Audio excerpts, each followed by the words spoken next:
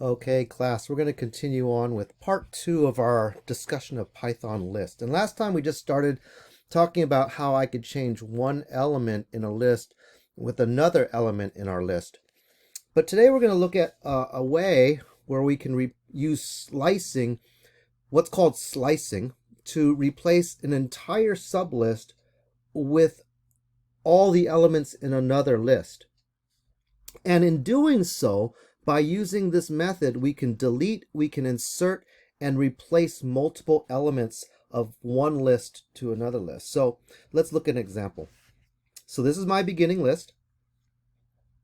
And so it says a list 2 up to but not including the 3. So that references this right there. 0, 1, 2, not including 3. So it's saying replace the 7 with everything that is inside of this list. There's nothing inside of this list, so basically the 7 disappears, and you won't see that here. Okay, let's do this one. Everything from 1 up to but not including 5. So this is 1, 2, 3, 4. Not including 5. So it's saying exchange all of these items with everything that is inside of this list here. There's nothing inside of this list, and so we get the following. Now be careful. When we're doing this A colon B, we're using what we call slicing. That's the way the book terms it, at least.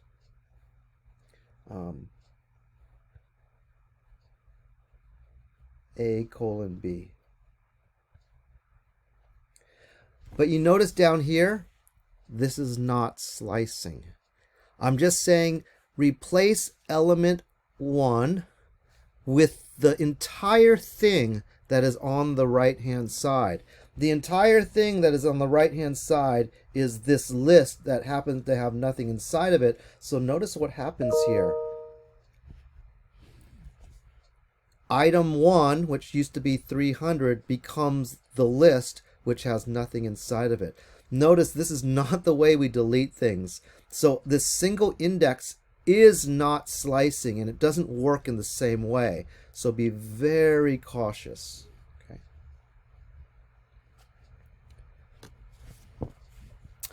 Okay. We could also use slicing to insert as well. And this is a little odd.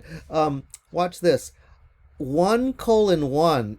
What does that reference? It means start from 1 but do not include 1. So actually what this is saying is it's actually pointing to this spot right here. It's not pointing to the 5, it's pointing to this position right at location 1.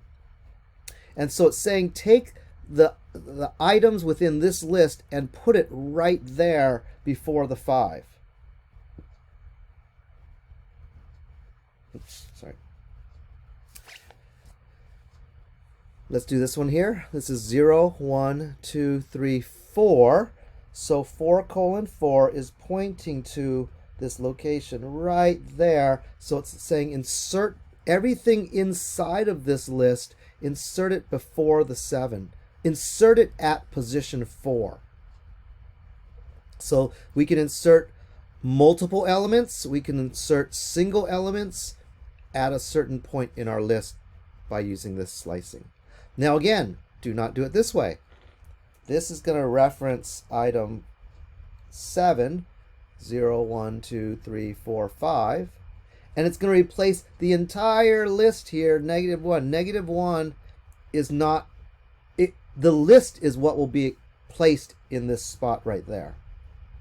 Okay, so again, this is more the warning. Do not do it this way. If you want to insert, you need to do it this way if you're intending to insert a single element. Okay. Now we can also replace multiple elements in a list. So 1 colon 4 here would reference all these items. 1, 2, 3, not including the 4th. So it's saying replace A and the B, or replace 5, 7, and 9 with A and B, and that's what we see right here. Now, there's a more convenient way to delete, and that's by using the Python delete command. And so the Python delete command works either with a single index or by slicing. And it works nicely. It works the way we would think it works. So in this case here, delete item 1, we see it's gone. In this case, delete all the items from 1 up to, but not including 4. It'll delete all of these, and that's what we're left with. Okay, so I'm going to pause for 3 seconds or so. I want you to do this. You can pause this video right here, and I'm going to show the answers in 3, 2, 1.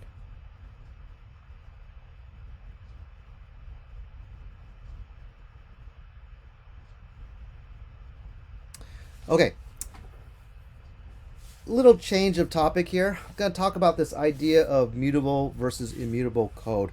Now, let's just start with this code on the left. A is equal to 5, B is equal to A, then B gets 6, or B is assigned to 6. Now, we know that when we print out A and B will have different values, 5 and 6. And a very similar thing happens here. A is equal to this list, B is referencing the same list, and now B references this other list. And now when I print A and B, they point to 2 different lists. So they're different as well.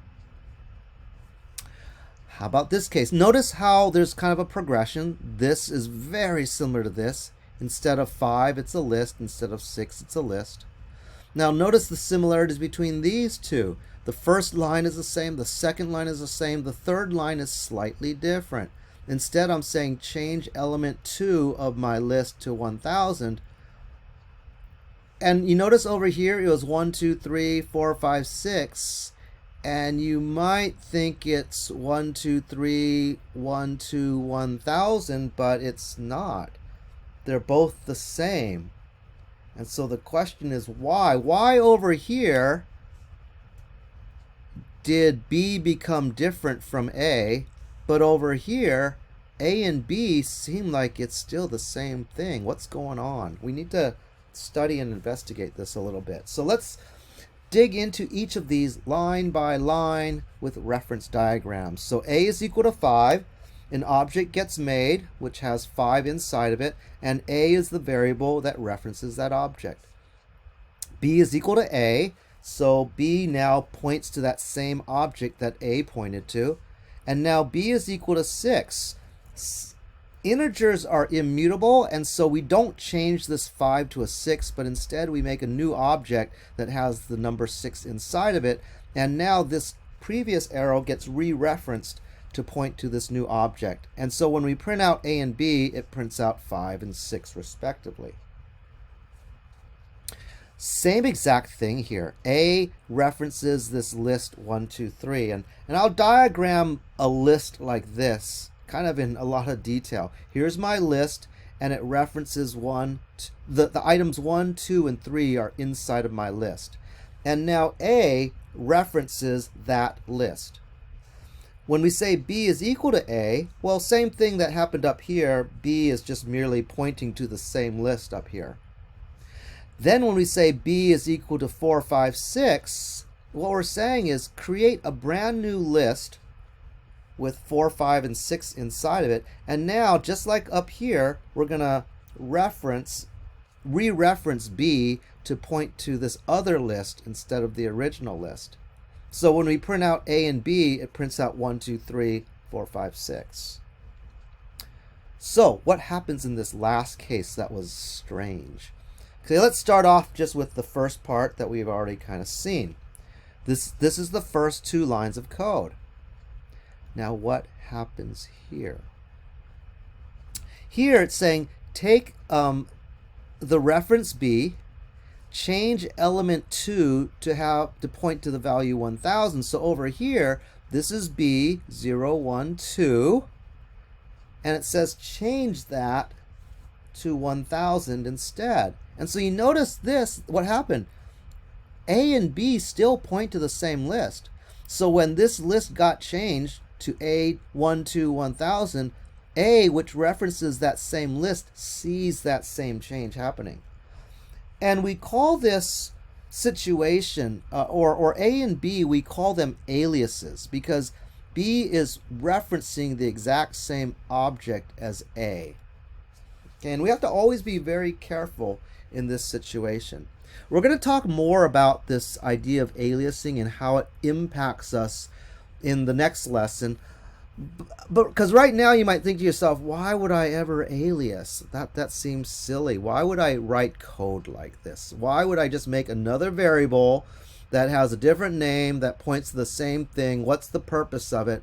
And in general, you wouldn't probably write code like this, but we will see next time a situation where this occurs. Okay? So until next time, have a good day, everybody.